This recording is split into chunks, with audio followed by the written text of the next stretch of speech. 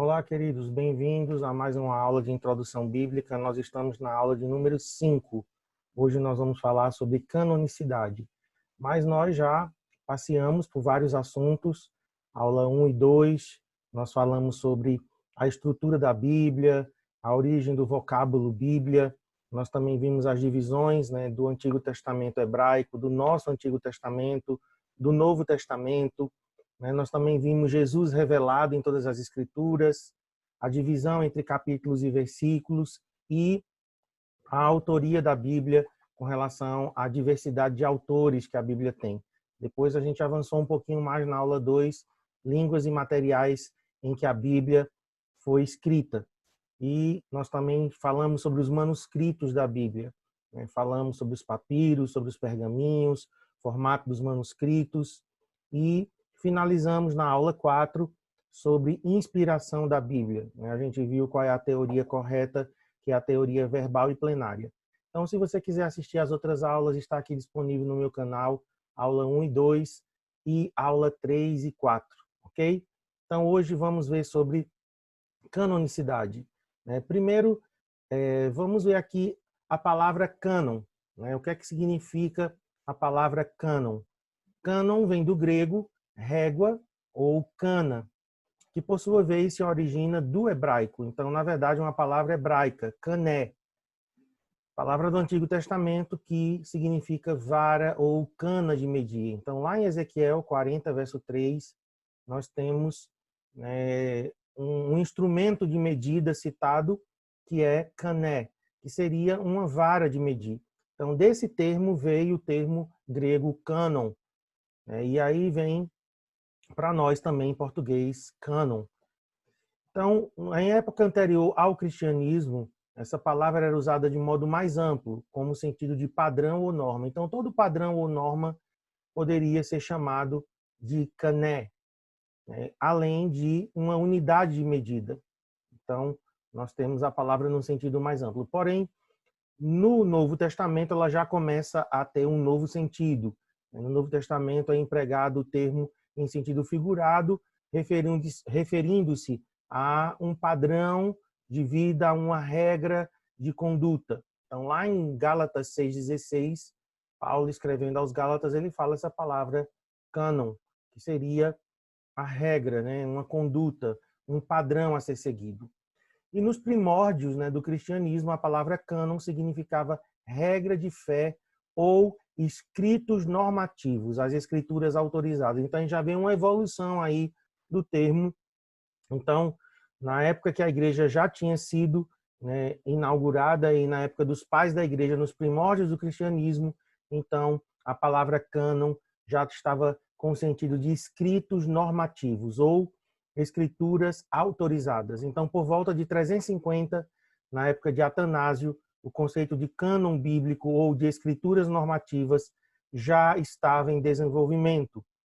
Então, nós temos já aqui, em 350, esse conceito das escrituras autorizadas. Quais são as escrituras que são palavra de Deus? Quais as escrituras, quais os livros que são autorizados por Deus?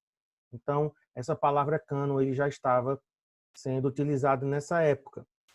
Agora, vamos ver alguns sinônimos de canonicidade. Sinônimos de canonicidade escrituras sagradas.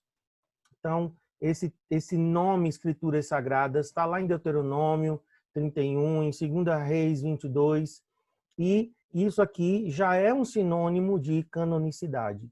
Chamamos de Escrituras Sagradas quais os livros? Os livros que consideramos inspirados por Deus, autorizados por Deus e que foram compilados e foram organizados em uma lista. Então, isso é sinônimo de canonicidade. Escritos autorizados, Josué 1, 8 e Deuteronômio 17. Nós temos ali também menções a escritos autorizados. Sinônimo de canonicidade também, livros que conspurcam as mãos, livros que tornam imundas as mãos dos que os manuseiam. Por isso só eram considerados canônicos os livros que exigissem uma cerimônia especial de purificação. Então, para ser considerado canônico, esses livros eles tinham um ritual de purificação para poder tocar nesses livros, para poder manusear esses livros, porque os livros eram sagrados, não podiam ser manuseados por mãos, né, imundas. E o número 4 aqui fala de livros proféticos. Então, também é um sinônimo de canonicidade. Escritos por um profeta ou porta-voz de Deus. O livro deveria vir de uma sucessão profética durante o período profético. Então, essa expressão canonicidade é o que torna um livro sagrado, o que torna um livro santo, autorizado para constar na lista, tanto do Antigo quanto do Novo Testamento. Então, o que é que determina a canonicidade de um livro? Então, alguns conceitos são deficientes. O primeiro conceito deficiente é a idade. Então, quanto mais antigo um livro for, provavelmente ele é canônico. Isso está errado. Então, a idade não determina a canonicidade. A língua hebraica, né? Se um livro foi escrito no hebraico, então é porque ele é canônico. Também não, porque nós temos todo o Novo Testamento escrito em grego. Então, a língua hebraica não determina a canonicidade. A concordância do texto com a Torá, a lei de Moisés, determina a canonicidade. Também não, porque senão os livros do Novo Testamento não seriam canônicos, porque a lei de Moisés foi cumprida em Cristo e ela não é mais repetida. A lei cerimonial, né, pelo menos a lei cerimonial, ela não é repetida nos livros do Novo Testamento. E o valor religioso determina a canonicidade. Também não. Existem livros que têm um valor religioso, mas não foram incluídos na lista dos livros sagrados. Então, qual o conceito correto de canonicidade? A canonicidade é determinada pela inspiração. Então, a canonicidade é determinada por Deus e descoberta pelos homens de Deus. Então, foi Deus quem determinou quais os livros entrariam no cânon ou não. Como ele determinou? Através da inspiração. Os livros que ele inspirou são canônicos. Agora, os homens de Deus descobriram e os homens de Deus organizaram esses livros e essas listas. Ok? Agora vamos ver essa descoberta. Como é que um livro foi descoberto como inspirado por Deus e canônico? Então, o povo de Deus tem desempenhado um papel importante no processo de canonização ao longo dos séculos. Então, o povo de Deus esteve envolvido, os pais da igreja estavam envolvidos nesse processo. Claro que Deus estava conduzindo todo esse processo para que o que eles decidissem nos concílios, né, fossem realmente a vontade de Deus. A comunidade de crentes arca com a tarefa de chegar a uma conclusão sobre quais livros são realmente de Deus. A fim de cumprir este papel, a igreja deve procurar certas características próprias da autoridade divina. Então, recai sobre a comunidade dos crentes, né, o papel de chegar à conclusão de quais os livros realmente são de Deus, mas eles faziam perguntas, né? Os livros tinham que passar por um crivo de perguntas. Então, a primeira pergunta é: o livro é autorizado? Ou seja, o livro, ele mesmo, afirma vir da parte de Deus? Então, esse livro, ele afirma que ele vem da parte de Deus? Essa era a primeira pergunta, né, que tinha que ser respondida. Por exemplo, tem um livro que não entrou no cânon, né? E nesse livro o autor pede desculpas no final se escreveu alguma coisa, né, que não foi da maneira como os leitores queriam. Então, aí já está uma das provas de que esse livro ele não é canônico. Por quê? Porque o próprio autor está reconhecendo que talvez tenha cometido falhas. Segunda pergunta: o livro é profético? Ou foi escrito por um servo de Deus? Então, quem escreveu o livro é muito importante. A autoria do livro é muito importante. Porque um servo de Deus estaria autorizado por Deus e teria uma vida, um testemunho, uma vida exemplar para poder escrever um escrito que fosse considerado sagrado. Terceira pergunta: o livro é digno de confiança?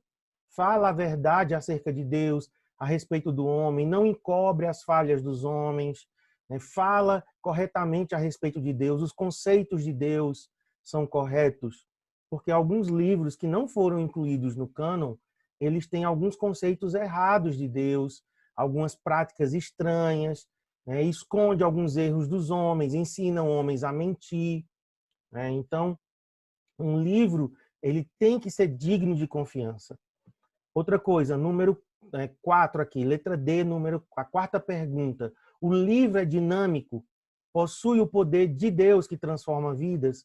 Então isso é muito importante, porque a Bíblia não é um livro só para ser lido. A Bíblia é um livro para transformar vidas. Então o livro ele tem que ser dinâmico, né? Está comprovado que esse livro, as pessoas ao lerem esse livro, elas foram transformadas, suas vidas foram transformadas, elas se tornaram pessoas melhores, mais santas, mais parecidas com Jesus. E, por último, o livro é aceito pelo povo de Deus, para o qual foi originalmente escrito. Isso também é importante, né? O povo de Deus reconheceu esse livro como proveniente da parte de Deus. Então, essas 5 perguntas, elas têm que ser feitas, e elas já foram feitas, né? Na época dos concílios, essas perguntas elas eram feitas, e os livros que respondiam sim a todas elas, então esse livro era considerado canônico. Se alguma pergunta fosse não, a resposta, né, fosse não, então esse livro ele era colocado de lado para ser analisado ainda melhor, para ser mais ainda questionado a respeito dele. Muito bem, vamos ver aqui na aula 6 o desenvolvimento e a extensão do cânon do Antigo Testamento. Então, nessa aula a gente vai passear pela história da formação do cânon, como que a lista dos 39 livros da Bíblia hebraica, que é os mesmos livros, né, da nossa Bíblia, por que temos 39 livros e não temos aqueles 7 livros a mais que a Bíblia Católica tem? Então, essa aula ela vai responder, né, essas questões. Então, vamos ver aqui primeiro a história da formação do cânon. Os primeiros livros reconhecidos como sagrados foram os que compõem a lei. Então, Neemias 8:1, Salmo 119 se refere aos livros da lei como escritura sagrada. Veja quão cedo foi esta aprovação e uso em Josué 1, 7 a 8. Então, eu vou ler aqui com vocês Josué capítulo 1, versos 7 e 8, que já atesta que os livros da lei naquela época já eram reconhecidos como sagrados. Apenas esforça-te e ser corajoso, cuidando de obedecer a toda lei que meu servo Moisés te ordenou. Não te desvies dela, nem para a direita, nem para a esquerda, assim serás bem-sucedido por onde quer que andares. Não afastes, olha só, de tua boca o livro desta lei. Antes, medita nele dia e noite, para que tenhas cuidado de obedecer a tudo que nele está escrito. Assim farás prosperar o teu caminho e serás bem-sucedido. Então, aqui nós já temos, né, os livros da lei reconhecidos como palavra de Deus. A lei, entretanto, foi esquecida com o passar do tempo, levando o povo à idolatria e ao pecado em Israel, até que foi novamente encontrada, né, durante o reinado do rei Josias, trazendo gozo e quebrantamento à nação por volta de 600 a.C. Então, aí em 2 Crônicas 34, fala do resgate, da redescoberta do livro da lei através do rei Josias, da reforma que ele, né, empreendeu lá em Israel, lá no reino de Judá, no caso. A seguir, muitas das profecias registradas provaram ser divinas pelo seu fiel cumprimento e então foram aceitas como inspiradas e canônicas. Então nós temos aí Jeremias 36, verso 6, por exemplo. Vou ler apenas um desses versículos porque são muitas referências, mas você pode ler depois, né, com mais calma. Então, Jeremias 36, 6. Portanto, entra e lê perante o povo, na casa do Senhor, no dia do jejum, as palavras do Senhor que escreveste no livro quando eu ditava. Tu as lerás também perante todo o povo de Judá que vem das suas cidades. Então, aqui a gente vê, né, Jeremias dizendo a Baruque, né, que ele deveria ler as palavras do Senhor que escreveste no livro quando eu ditava. Então, aqui nós temos profecias já registradas e já tidas como palavra inspirada de Deus, palavra canônica. O terceiro grupo de livros aceitos como sagrados foram os escritos, compostos e aceitos em tempos diversos.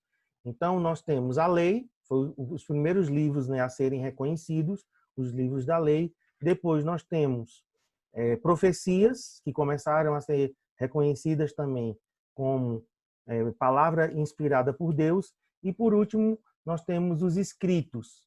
E aqui, né, Jesus ele faz menção a isso, em Lucas 24, 44. Depois lhes disse: são estas as palavras que vos falei, estando ainda convosco. Era necessário que se cumprisse tudo o que está escrito sobre mim. Aí ele fala na lei, nos profetas e nos salmos. Então, salmos aqui se encaixa nesses escritos. Na época do chamado silêncio profético, nós temos aí, após o ano 400, o último profeta foi o profeta Malaquias, então entra-se aí numa época chamada silêncio profético, até João Batista, aproximadamente 400 anos, muitos livros históricos e poéticos circulavam entre os judeus. Entre estes, alguns eram reconhecidamente sagrados, outros reconhecidamente espúrios, ou seja, que não eram sagrados, que não tinham nada de palavra de Deus, e uns poucos duvidosos quanto à sua natureza. Para este julgamento, os judeus usaram alguns critérios. Então, vejam, 3 critérios aqui que os judeus começaram a sabatinar esses livros para submeter esses livros ao crivo dessas 3 perguntas. Está o conteúdo deste livro em conformidade doutrinária com a lei? É fiel historicamente? Foi escrito até o tempo do profeta Malaquias? Então, aí eles já eliminaram muitos livros que não eram de conforme com a lei, que não eram fiéis historicamente e que tinham sido escritos depois do profeta Malaquias. Então, esses foram rejeitados. Estamos falando aqui da formação do cânon do Antigo Testamento. Então, foram os sábios, os estudiosos judeus que formaram esse cânon. Considerava-se que Deus falara até o profeta Malaquias, e depois disto viera o silêncio profético.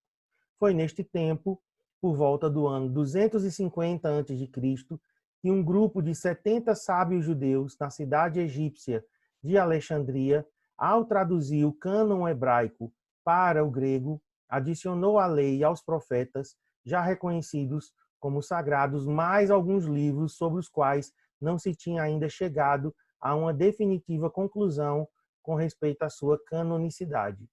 Esta versão chamou-se Septuaginta, a versão dos 70. Esses 70 sábios judeus que se reuniram em Alexandria para traduzir o cânon hebraico para o grego. Então, a Septuaginta é uma versão na língua grega. Esta versão chamou-se Septuaginta. Só mais tarde, aqueles livros de caráter duvidoso foram considerados espúrios pelos judeus, mas o cânon da Septuaginta já era consagrado e usado por muitos grupos religiosos. Então, foi na Septuaginta que alguns livros foram acrescentados, adicionados àqueles que já eram reconhecidos como canônicos.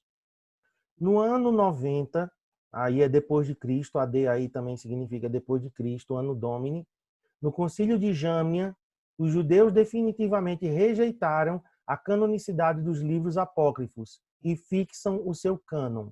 Aqui, no entanto, já claramente reconhecemos 2 cânones espalhados pelo mundo. O judeu, que aqui no ano 90 rejeitou os livros apócrifos, mas temos agora o cânon grego através da Septuaginta. Jerônimo, entre 385 e 400 depois de Cristo, traduziu para o latino cânon da Septuaginta, e esta era a versão universal católico-romana chamada de Vulgata Latina. Então, foi o que Jerônimo fez. Ele traduziu do grego, da Septuaginta, para o latim. E aí nós temos, então, a Vulgata Latina. E essa foi uma versão muito difundida, e ela se tornou a versão universal católico-romana. Na Reforma, Lutero foi ao hebraico e surpreendeu-se, não encontrando ali os apócrifos, fazendo então uma nova versão para o alemão, do cânon judaico.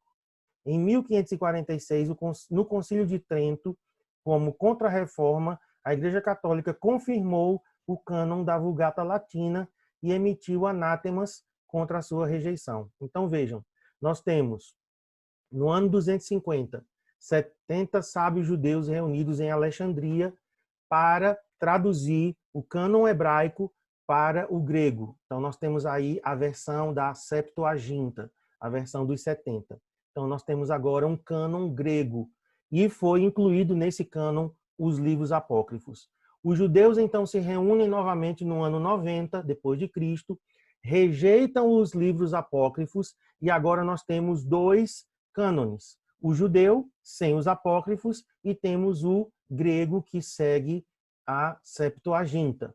Aí então nós temos Jerônimo no ano 385 fazendo uma versão em latim, uma tradução da Septuaginta em grego para o latim e preservando os apócrifos, ok? Aí então nós temos a Reforma Protestante e então na Reforma Protestante os 7 livros apócrifos são rejeitados, mas a Igreja Católica no Concílio de Trento em 1546 confirma o cânon da Vulgata Latina que incluía os 7 livros apócrifos. Bom, agora dentre esse cânon hebraico nós temos tipos de livros. Nós temos primeiro chamado os homologomenas, que são livros aceitos por todos. Então esses livros aqui, eles eram aceitos por todos. Foi guiada a igreja, guiada por Deus, que de um certo modo reconheceu o cânon após longos debates. Assim a igreja canonizou os livros sagrados, submetendo-os às regras ou padrões para verificar sua real inspiração. Nas escrituras hebraicas, os livros canônicos são 24. A gente já falou isso na aula 1, mas são os mesmos 39 de nosso novo Velho Testamento. Então, nós temos o Antigo Testamento hebraico, com 24, e temos o nosso Velho Testamento com 39. Mas, na verdade, são os mesmos livros. É porque a divisão no hebraico é um pouco diferente da nossa divisão.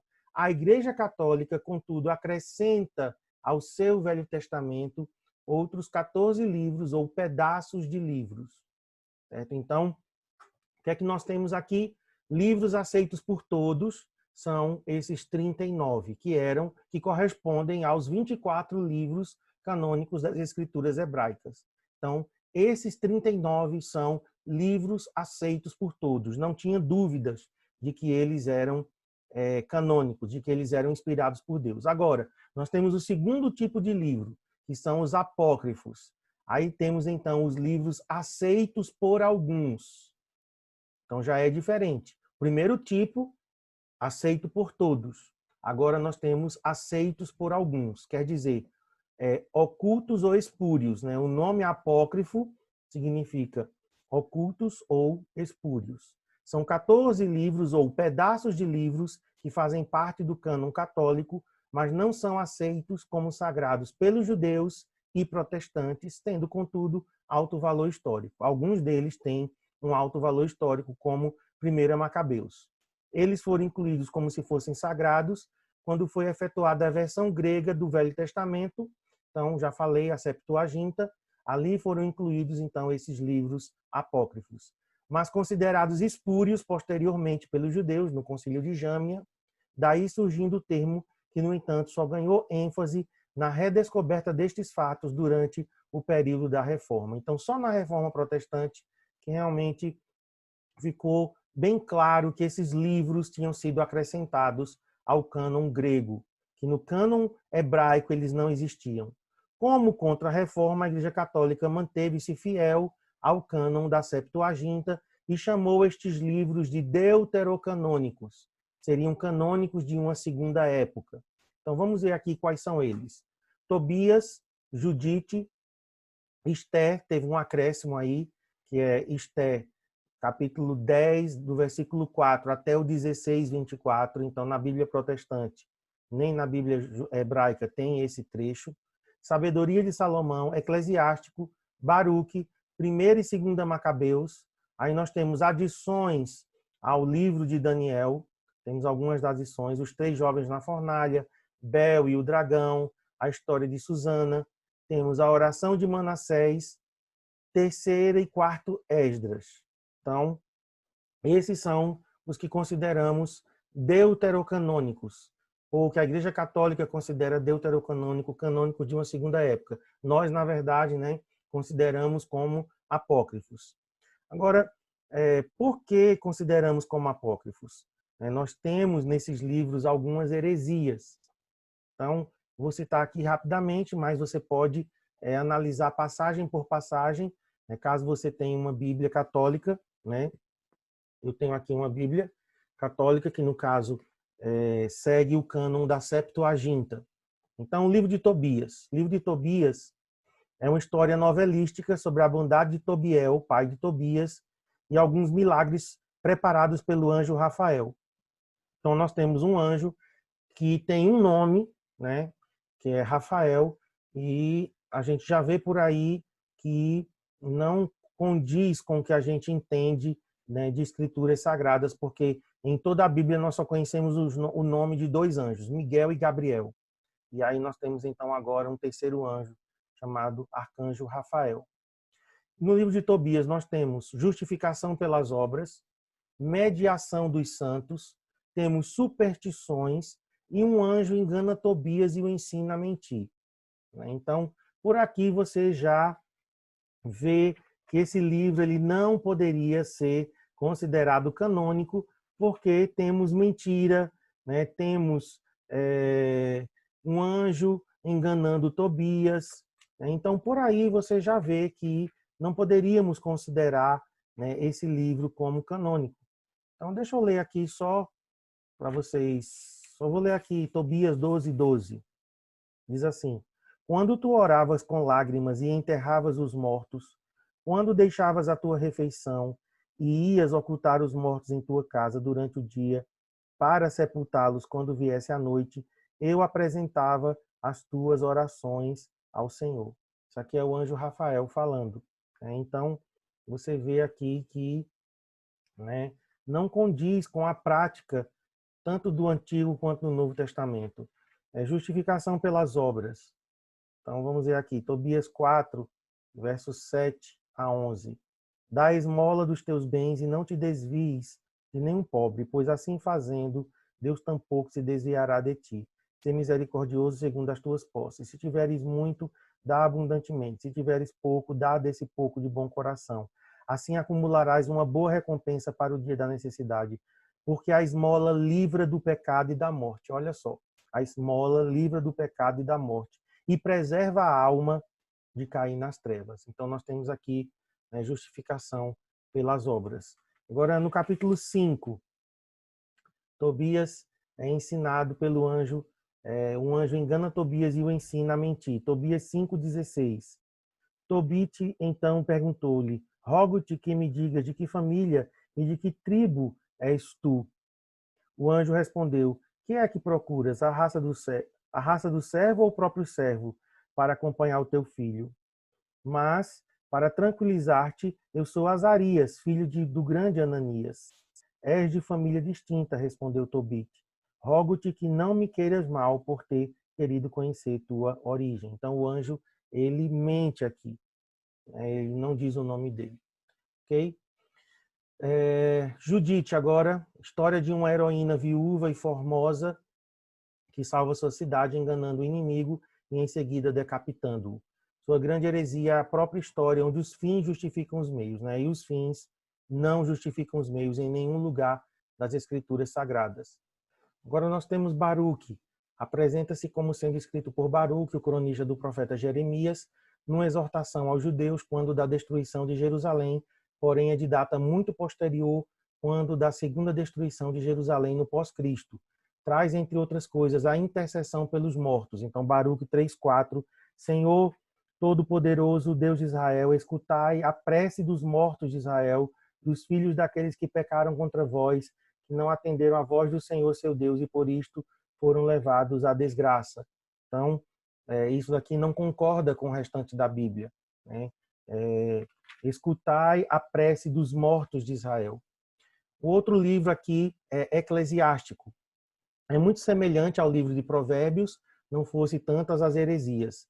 Em Eclesiástico nós temos justificação pelas obras, capítulo 3, 33 e 34, diz assim: a água apaga o fogo ardente, a esmola enfrenta o pecado.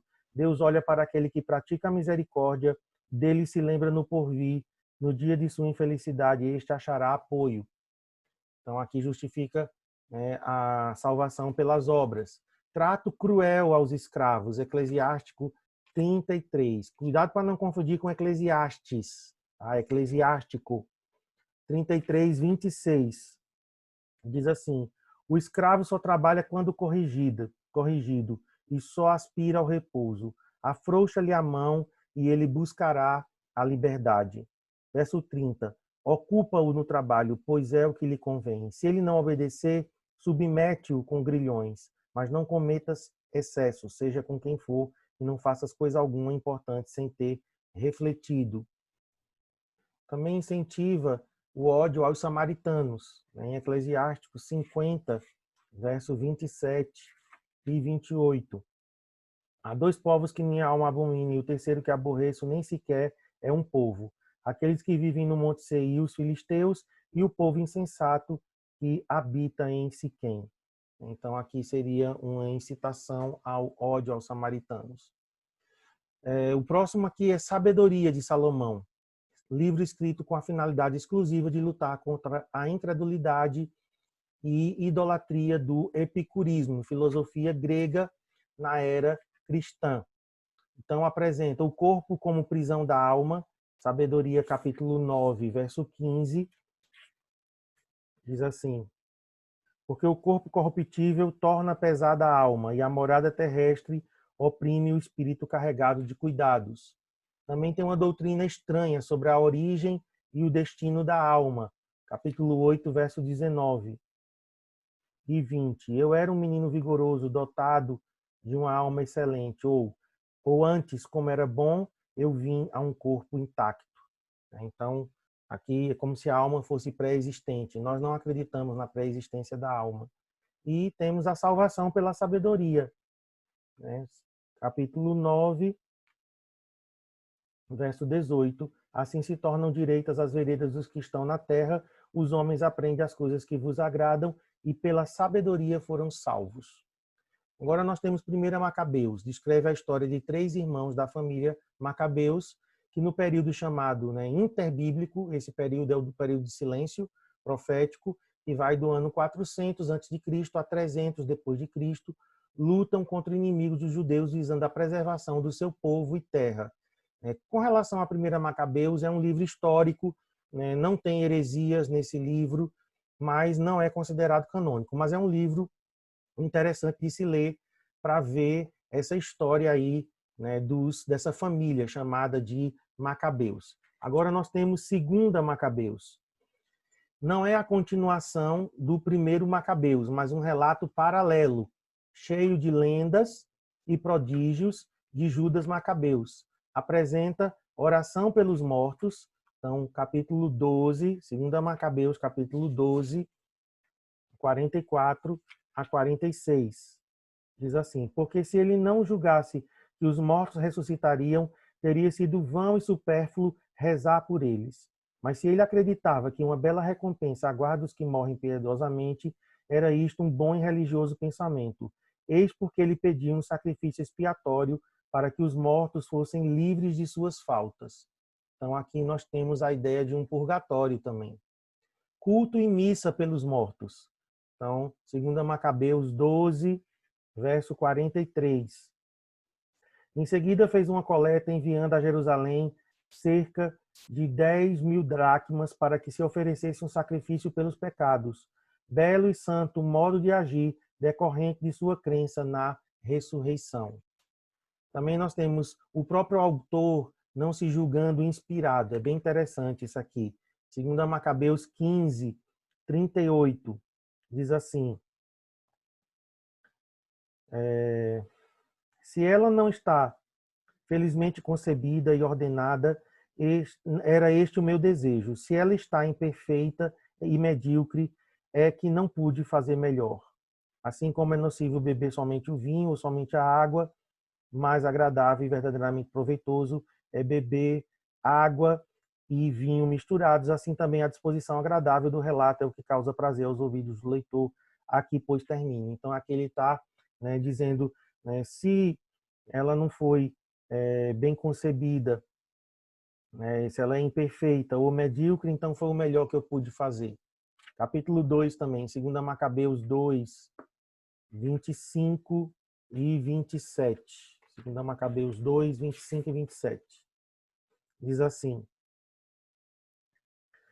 temos-nos preocupado em agradar aos que apenas desejam ler, em facilitar os que procuram retê-las e ser úteis a todos em geral, para que nós empreendamos este trabalho de resumir. Não é coisa fácil, mas uma questão de suores e vigílias. No entanto, como aquele que prepara um festim, procurando satisfazer aos outros, assume uma tarefa penosa, assim nós, de boa vontade, tomamos a nós este trabalho para obter a gratidão de muitos. Então, é como se ele estivesse tentando agradar aos que ele estava escrevendo. E intercessão pelos santos, 2 Macabeus 7, 28, diz assim: eu te suplico, meu filho, contempla o céu e a terra, reflete bem e tudo que vês, Deus criou do nada, assim como todos os homens. E 15, 14, 2 Macabeus 15, 14. Então, tomando a palavra, dissera-lhe Onias: eis o amigo de seus irmãos, aquele que reza muito pelo povo e pela cidade santa, Jeremias, o profeta de Deus. Então, aqui é como se Jeremias estivesse rezando, né, por eles. Aí nós temos adições a Daniel, né, no capítulo 13, nós temos a história de Susana. Segundo esta lenda, Daniel salva Susana num julgamento fictício, baseado em falsos testemunhos. Capítulo 14, Bel e o dragão, contém história sobre a necessidade da idolatria. E no capítulo 3, 24 a 90, temos aí um acréscimo, que é o cântico dos 3 jovens na fornalha. Aí entramos, então, no terceiro tipo. Nós vimos Homologomena, que são os livros aceitos por todos. Vimos os apócrifos, que são aceitos por alguns. E agora estamos vendo os pseudepígrafos. Esses foram rejeitados por todos.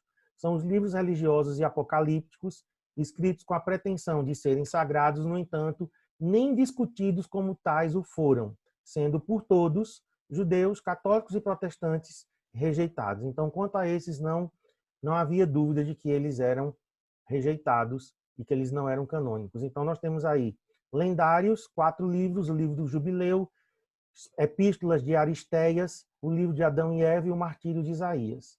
Temos, no estilo apocalíptico, 1 Enoque, Testamento dos 12 Patriarcas, o Oráculo Sibilino, Assunção de Moisés, 2 Enoque, ou o Livro dos Segredos de Enoque, 2 Baruque, ou Apocalipse Siríaco de Baruque, 3 Baruque, ou Apocalipse Grego de Baruque.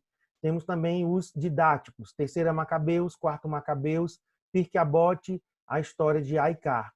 Temos o estilo aí poético, Salmos de Salomão e o Salmo 151. E temos histórico, fragmentos de uma obra de Sadoc.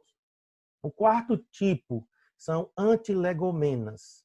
Esses foram questionados por alguns, mas depois foram aceitos como canônicos. Quais os que foram questionados? Esther, por não fazer nenhuma referência ao nome de Deus. Então, Esther foi questionado, mas depois foi aceito. Eclesiastes, por ser considerado um livro muito cético e pessimista.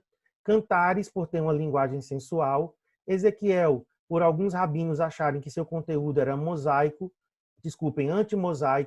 e os primeiros capítulos concordantes com o gnosticismo, e Provérbios, por alguns provérbios estarem em aparente contradição com outros provérbios. Então, esses eram antilegomenas, ou seja, livros questionados por alguns. Mas depois, eles foram aceitos como canônicos, ok? Queridos, nós vamos parar aqui. Próxima aula eu vou continuar, né, com o cânon hebraico católico e protestante do Antigo Testamento, e aí nós vamos avançar para então entrarmos no cânon do Novo Testamento, ok? Então, Deus abençoe a todos, e sábado nós estaremos com a nossa mentoria.